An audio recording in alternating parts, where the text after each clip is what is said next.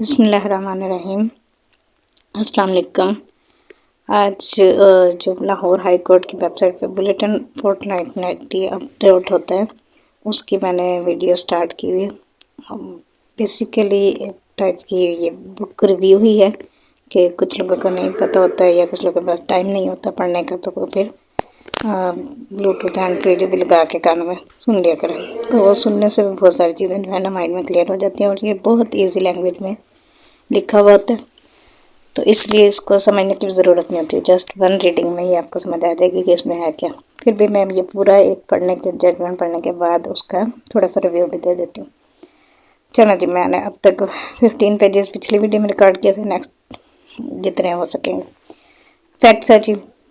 The respondent being the some consumer offense and GPL filed suits before the gas utility court alleging the bills issued to them were in sheer violation of the contract for supply of gas. Trial court rejected the plaintiff order under Order 7 Rule 11 of CPC, observing that an alternate remedy is available to them. The appeals of respondents were allowed by the High Court, and matter was remanded to trial court to decide the suits on merits. Hence, two civil petitions for leave to appeal filed before the Honorable Supreme Court of Pakistan. Issues: whether under the Gas Theft Control and Recovery Act 2016 Act only gas and utility companies can seek remedy for resolving the disputes regarding billing or metering. What kind of issues exclusively fall within the jurisdiction of the Gas Utility Code? Whether a provision in any law can be controlled, restricted, or limited by a preamble. Whether the preamble can be relied upon solely to override the express provision of the law without considering its width and substance. Whether Section 6 of 2016 Act debars the consumer from directly invoking the jurisdiction of the Gas Utility Code when two interpretations are plausible or achievable, which interpretation is to be preferred by the court. Analysis: it is clear beyond any shadow of doubt and that Section 6 of the 2016 Act provides both gas utility companies and consumers with an equitable and expeditious remedy for filing the complaint or suit, as the case may be, for resolving disputes regarding billing or metering. Learned High Court, after a comprehensive discussion, rightly held that issues of overbilling, including overheating or overcharging of gas, calorific value, GCV penalties, and estimated bills due to meter stoppage, fall within the scope of Section 6 of the 2016 Act. Therefore, the lawsuit was within the exclusive jurisdiction of the Gas Utility Court. A straightforward and uncompleted provision in any law cannot be controlled, restrained, or limited by a narrow preamble. The preamble cannot be relied upon solely or expurgate or override the express provision of the law without considering its width and substance. Section 6 of 2016 Act neither imposes such an embargo nor debars the consumer from directly invoking the jurisdiction of the Gas Utility Code whenever two interpretations are plausible or achievable. The court ought to prefer the interpretation that expands the remedy and repress the mischief. Conclusion: no, the remedy for filing a complaint or suit is available for both gas and utility companies and consumers. It cannot be controlled. See above analysis. It does not bar.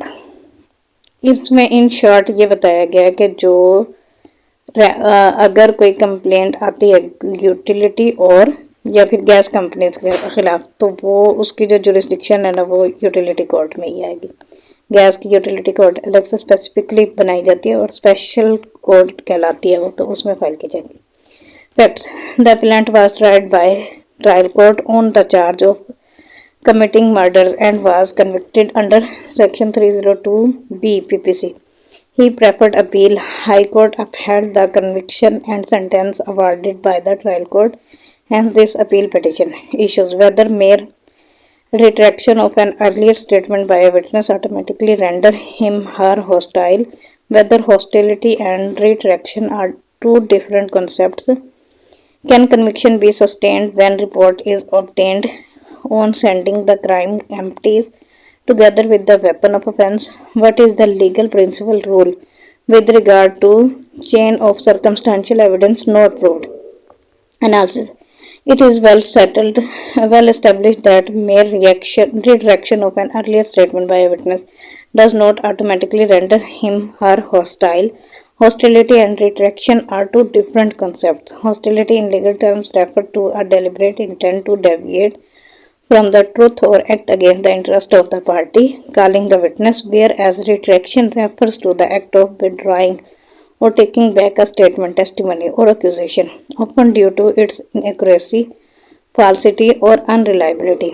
In the case titled Sarfraz and Other versus the State 2023 SCMR 670, wherein it was held that sending the crime empties together with the weapon of offense is not a safe way to sustain conviction of the accused, and it smacks of foul play on the part of the investigating officer simply for the reason that till recovery of weapon he kept the empties with him for no justifiable reason. It is a well established principle that circumstantial evidence must form a complete chain excluding every hypothesis other than the guilt of the accused.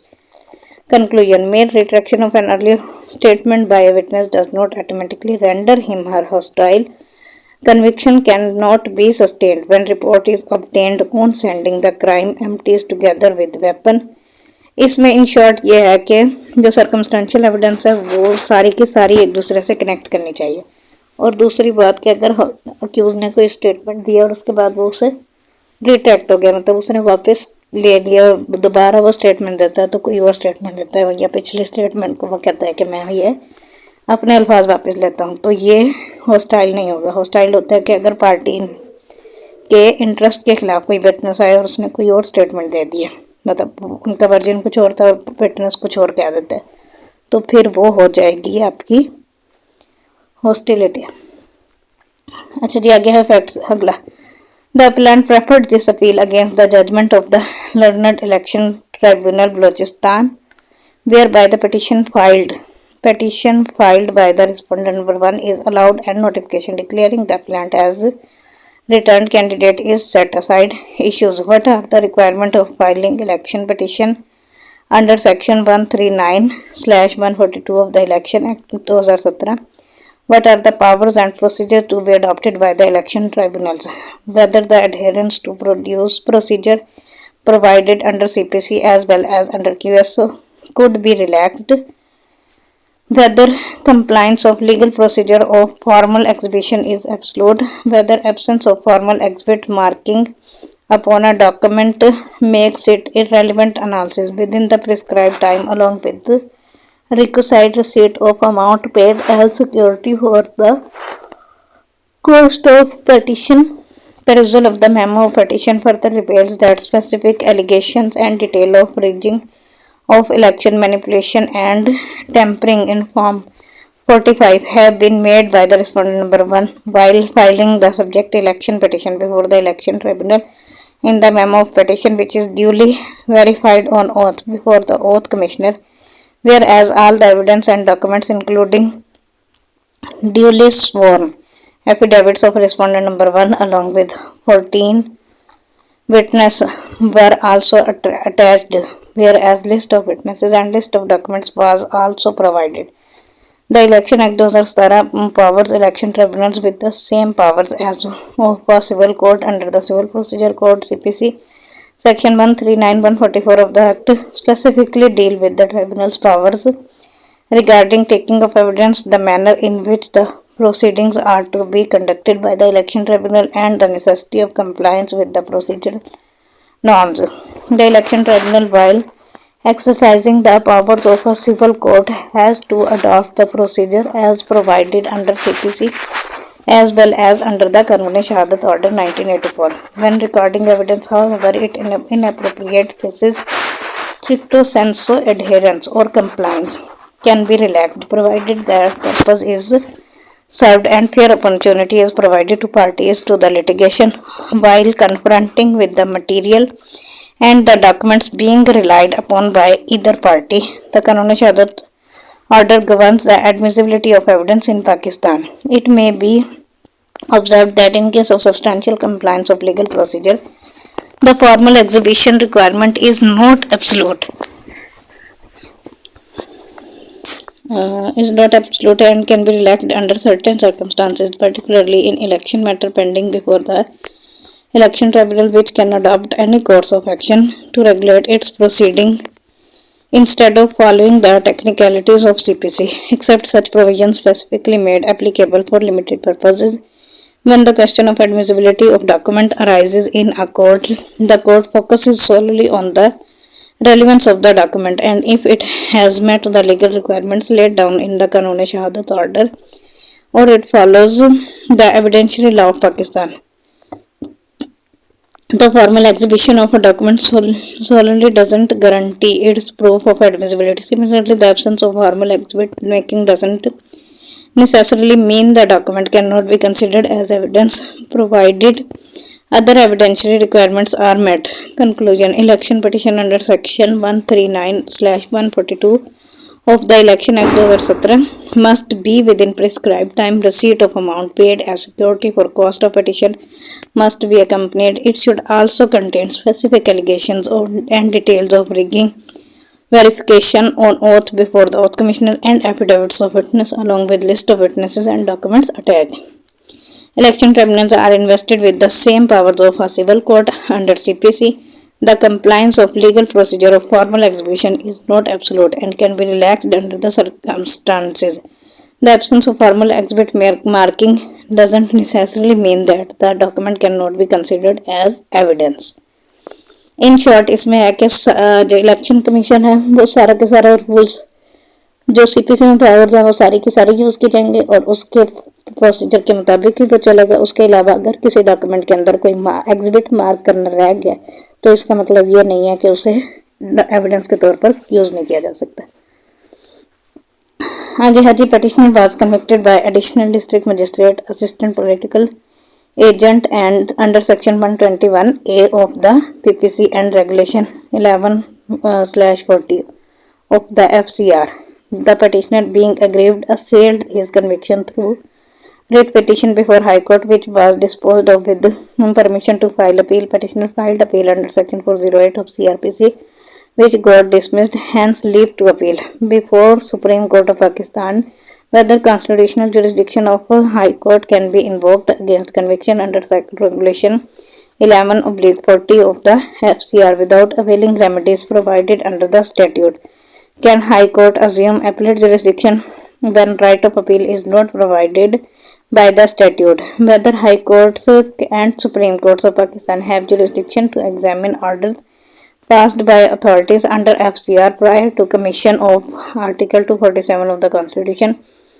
It is by now well settled that where a particular statute law provides a self-contained mechanism and well-defined forum of redressal for the determination of questions of law or facts by way of an appeal or revision to another authority or tribunal, as the case may be, the same has to be followed, being the remedy provided under the law. The petitioner, without exhausting such remedies, cannot be allowed to invoke the constitutional jurisdiction of the High Court.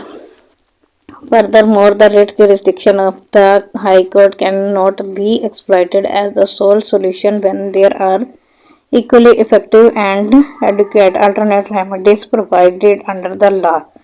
These cannot be bypassed to invoke the writ jurisdiction. Even otherwise, the extraordinary jurisdiction of the High Court under Article 199 of the Constitution cannot be reduced to an ordinary jurisdiction of the High Court. It is, however, true that in certain cases resort to the constitutional jurisdiction of the High Court instead of availing the remedy provided under the statute may be justified, but no such material is available on record of this case. For ignoring the remedy provided under the FCR, the right of appeal has always been held to be a statutory right. The judgment in reference number 1 P 2019 as argued it is not before us, nor it has been argued and established that the law point involved in the reference was similar to the one involved in this case. When the law has not provided any right of appeal before the High Court, then the High Court itself cannot assume the said jurisdiction. If such jurisdiction is exercised, then that would be nothing but nullity in the eye of law and coram non judice. Hence, no basis for interfering with the impugned judgment of the High Court arises. Coming to the other important plea of the petitioner, that this court as well as the High Court has the jurisdiction to examine the vagaries of legality of the order passed by the authorities under the FCR on the grounds that Article 247, which bars their jurisdiction, had been omitted through the Constitution 25th Amendment Act 2018, the Constitution Amendment. This stance of the petitioner is not legally tenable. This is because the order against the petitioner was passed by the FATA Tribunal on 5/4/2017, whereas the Amendment Act received the assent of the President on 31st May 2018 and was established in the Gazette of Pakistan on 5 June 2018, approximately more than a year after the order dated 24/8/2017 of the Additional District Magistrate Assistant Political Agent Central Kuram Sadda.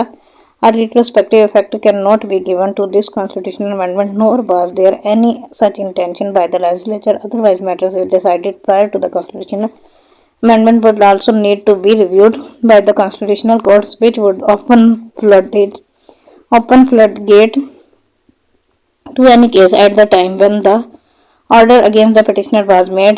The Article 247 was very much in the field and jurisdiction of the High Court was barred in matters exclusively dealt within by FATA hierarchy, which had attained finality and were correctly upheld by High Court in the impugned judgment. High Court itself cannot assume appellate jurisdiction when not provided by the statute. Order passed by FATA hierarchy prior to commission of Article 247 of the Constitution have attained finality and cannot be reviewed by the constitutional courts. Is the petitioner convicted and sentenced under the Frontier Crimes Regulation (FCR) for involvement in anti-state activities. The petitioner exhausted all remedies provided under the FCR framework up to FATA Tribunal. The High Court dismissed the subsequent writ petition under Article 199, leading to the instant jail petition before the Supreme Court. Does Article 247, subclass 7 of the Constitution bar the jurisdiction of the High Court or Supreme Court over disputes arising from tribal areas? Under what circumstances can the jurisdiction of the High Court or Supreme Court be invoked despite the bar under Article 247, subclass 7 of the Constitution? Analysis. The combined effect of the above provisions of the Constitution is that in relation to the matters through tribal areas, the jurisdiction of both the High Court and this court is excluded regardless of the fact that whether the grievance brought before this court pertains to violation of the fundamental rights or any other law. The bar of jurisdiction of this court in terms of Article 247 subclass 7 of the Constitution will be applicable where cause of action and subject matter of dispute is in the tribal area and the parties to dispute are also resident of the tribal area. From the above law as laid down by this court, the following inter alia are circumstances under which the jurisdiction of this court and that of the High Court will not be barred under Article 247 subclass 7 of the Constitution. Rather, the same will be available to be exercised under Article 184 and Article 199 of the Constitution, where the location of the corpus in dispute is situated in the territory outside the tribal area, where the parties to the dispute have their residence outside the tribal areas, where the cause of action has arisen outside the tribal area, where the offense had taken place outside the tribal area, where the arrest is made or sought to be made outside the tribal area, where effective action or step is taken or performed outside the tribal area. The jurisdiction of both the High Court and this court is excluded in relation to matters through tribal areas, regardless of the nature of the grievance under Article 247 subclass 7 of the Constitution. The jurisdiction of Supreme Court and that of the High Court will not be barred under Article 247 subclass 7 of the Constitution, where the dispute or its elements arise outside the tribal areas as outlined in the enumerated exceptions. अगला है जी facts by way of filing criminal appeal. Appellant challenged the judgment passed by the learned additional session judge in connection with the case FIR registered for offence under section 9 subclass C of Control of Narcotic Substance Act CNSA 1997, whereby he was convicted under section 9C of the Act IBID issue. Whether a conviction under section 9C of CNSA 1997 can be sustained if the charge fails to specify the kind and quantity of the alleged recovered narcotic. What would be the impact of failure to medically examine the accused or gather evidence to substantiate the allegations made in the FIR regarding the use of narcotics and its selling, buying, whether the proper protocol should be followed in the chain of custody and documentation of the recovered narcotics, what level of scrutiny is required in evaluating evidence in case carrying such sentence under CNSA 1997, what standard of proof must be met by the prosecution, and how does the principle of benefit doubt apply. Analysis. The Control of Narcotic Substance Act 1977 is a special law that per the kind and quality of narcotic provides the quantum of sentence separately. Hence, this law requires that the charge must carry specific kind and quantity of narcotic recovered, and if it is benefit of the same conviction and sentence of the accused against the quantity given by the witness in their statement would not be justified at all. The appellant, as per contents of the crime report, disclosed that he uses chars and also supplies the same to the big dealers in different districts of the Punjab, but surprisingly neither the appellant was got medical legally examined nor his blood test was got conducted. It is also relevant to mention here that no intended buyer at the place of recovery the appellant allegedly was waiting for could be arrested, and even it was not attempted by complainant, and no disclosure regarding dealers in other districts of the Punjab could be obtained from the appellant during his physical custody. It is also to be noted that without further investigation, the investigating officer got him sent to judicial custody on 26/8/2021, very next day of his arrest. He even did not bother to know about and to associate his dealer, the dealer to whom the appellant had already supplied the contraband against the Vatak amount of rupees 1,20,000 recovered from him during body search. It has straight away been observed that the case against the appellant as alleged in the charge is that he was nabbed by the raiding party headed by the complainant when sitting in a car in possession of 94 packets of chars besides Vatak amount of rupees 1,20,000 but weight of contraband, even separation of narcotics, for example, their weight or preparation of parcel thereof and deals of the car or details of the car not mentioned therein. Complainant PW4 as well as the recovery witness Muhammad Irfan Nazir SI PW6 during cross-examination conceded that the complainant PW4 Rehan Naeem Nadeem ASI convened a press conference at a police station on the day of recovery, wherein none from the police party who captured the contraband and the accused appellant except the complainant was visible in the photograph of press conference. In the said picture, admittedly parcels of contrabandry are visible lying on the table in large number. The recovery witnesses in this regard are discrepant as according to PW4 and PW6. Press conference took place at police station on 25/8/2021 but PW5 denies the press conference on 25/8/2021 and he and PW6 however stated that admittedly on return to the police station the investigating officer of PW7 deposited the case property with Muharrar Muhammad Siddiq PW3 and it was placed in Malkhana.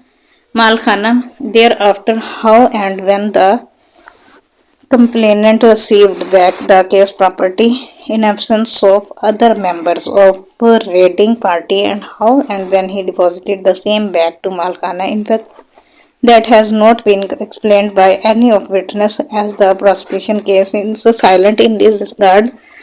The investigating officer PW7 during his cross-examination has categorically stated that he had never returned the parcel to the complainant after receiving the same from him. He also stated voluntarily that soon after bringing the parcels of contraband, he got them deposited in Malkhana police station and never produced before the DPO or any other court.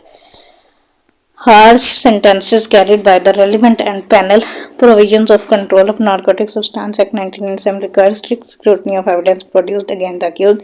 It is hardly necessary to reiterate that the prosecution is obliged to prove its case against the accused beyond any reasonable doubt, and if it fails to do so, the accused is entitled to as benefit of doubt of right is as of right. It is also firmly settled that if there is an element of doubt as to the guilt of the accused, the benefit of that doubt must be extended to him. Utmost care should be taken by the court in convicting an accused. Conclusion: charges must specify narcotics type and quantity, otherwise conviction is invalid. Procedural lapses and conflicting witnesses accounts cast doubt on the case. Severe penalties require strict evidence scrutiny. Doubt entitles the accused to acquittal as a right. The facts of the case that an individual was apprehended at a police checkpoint following the discovery of a large quantity of contraband concealed in a vehicle. The prosecution alleged recovery of the contraband from vehicles compartments, while the accused denied ownership, claiming to be an unaware passenger. The trial court convicted the accused, hence this criminal appeal. What is the significance of maintaining the chain of custody and obtaining a positive forensic report in narcotic cases? What are the key factors for the admissibility of photographs as evidence in criminal trial?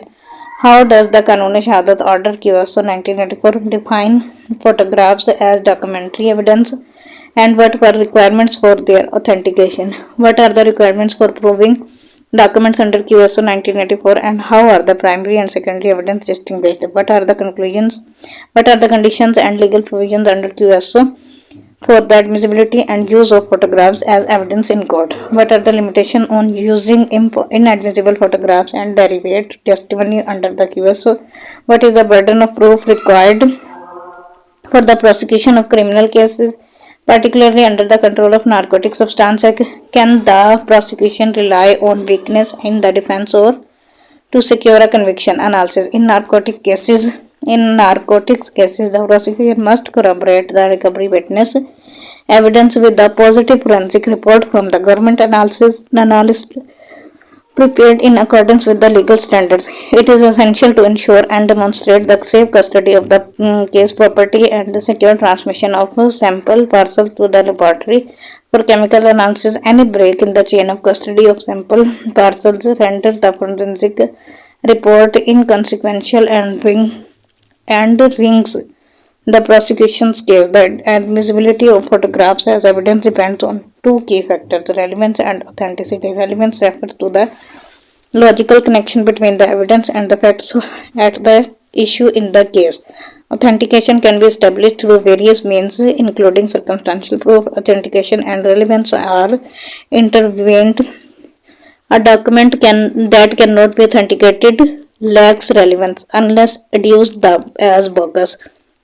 If the photograph presented in the court is an original print or created through a uniform process, digital copies from a camera, it qualifies as primary evidence and can be directly admitted. In Pakistan, the Kanun-e-Shahadat Order is the primary law on evidence, which mirrors many of the principles found in common law jurisdiction. According to Article 21B of QSO, document means any matter expressed or described upon any substance by means of letters, figures, or marks, or by more than one of those means intended to be used, or which may be used to record that matter.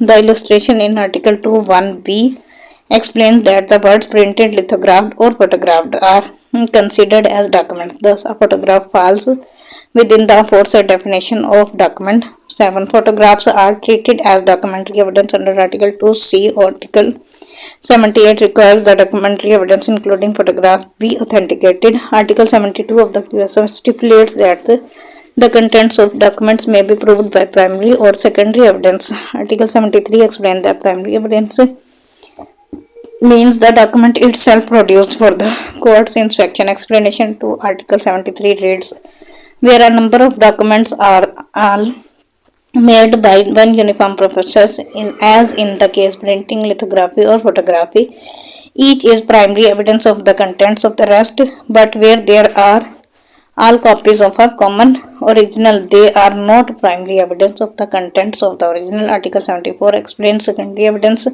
Article 75 mandates the document must be proved by primary evidence, while Article 76 outlines the situation in which court may allow secondary evidence relating to document. Article 70 of the QS requires that documentary evidence, including photographs, be authenticated. Article 164 of QS provides that the court may allow the production of any evidence that becomes available through modern devices or techniques. Digital photographs and electronic evidence are admissible under this provision if their authenticity is established through witness testimony or expert evidence. Article 70 and 71 permit a witness to testify about matters within their knowledge or perception if the witness identifies the scene depicted in the photograph and their testimony aligns with their observations. Their statements are admissible as direct evidence. Article 139 further allows the defense counsel to use the photographs to challenge the credibility of the witness by comparing their statement during the course of cross-examination with the scene shown in the photograph. If admitted, the photograph serves as substantive evidence. Article 140 becomes relevant if it is used to refresh the witness memory. Article 151 subclass 3 further allows scrutiny of the witness credibility if inconsistencies or contradictions arise concerning the photograph. In short, when the photograph is authenticated and meets the admissibility requirements, subsequent statements of the witness reflecting their personal knowledge are valid and admissible. Conversely, a different analysis applies if the photograph is inadmissible because it fails to qualify as primary evidence or lacks proper authentication as secondary evidence. And Article 70 of the QSO mandates that all facts except the contents of documents may be proved by oral evidence, while Article 71 requires that the oral evidence must be direct. This restricts a witness to testifying only about facts they have directly perceived. Observation made after being shown an inadmissible photograph do not meet this standard. In such a scenario, the application of Article 139 is limited as party cannot contradict a witness using inadmissible material. Similarly, Article 40 becomes irrelevant because an inadmissible photograph cannot serve to refresh memory, while Article 151 subclass 3 allows for impeaching the credibility of a witness. The defense cannot rely on inadmissible evidence for this purpose. Accordingly, the court must disregard the photograph and any derivate testimony based on it because admitting such statement would violate the principle of evidentiary integrity. It is a fundamental principle of law that prosecution must establish its case beyond a reasonable doubt, and any doubt must benefit the accused. 9. This high standard upholds the presumption of innocence and guards against wrongful conviction. The guiding principle for the safe administration of criminal justice is that the more severe the punishment, the higher the standard of proof required for conviction. It is a cardinal principle of law that the prosecution must stand on its own legal legs and cannot rely on weaknesses in the defense case to secure a conviction. Conclusion: chain of custody and a positive forensic report are crucial in narcotic cases. Photographs must be relevant and authenticated to be admissible. Photographs are documents requiring authentication under QSO. Primary evidence is preferred. Secondary evidence requires justification. Prosecution must prove its case beyond reasonable doubt. Prosecution cannot rely on weaknesses of defense or conviction. आज के लिए इतना काफ़ी है. Next फिर इंशाल्लाह next lecture में. Thank you so much for listening. अल्लाह हाफिज़.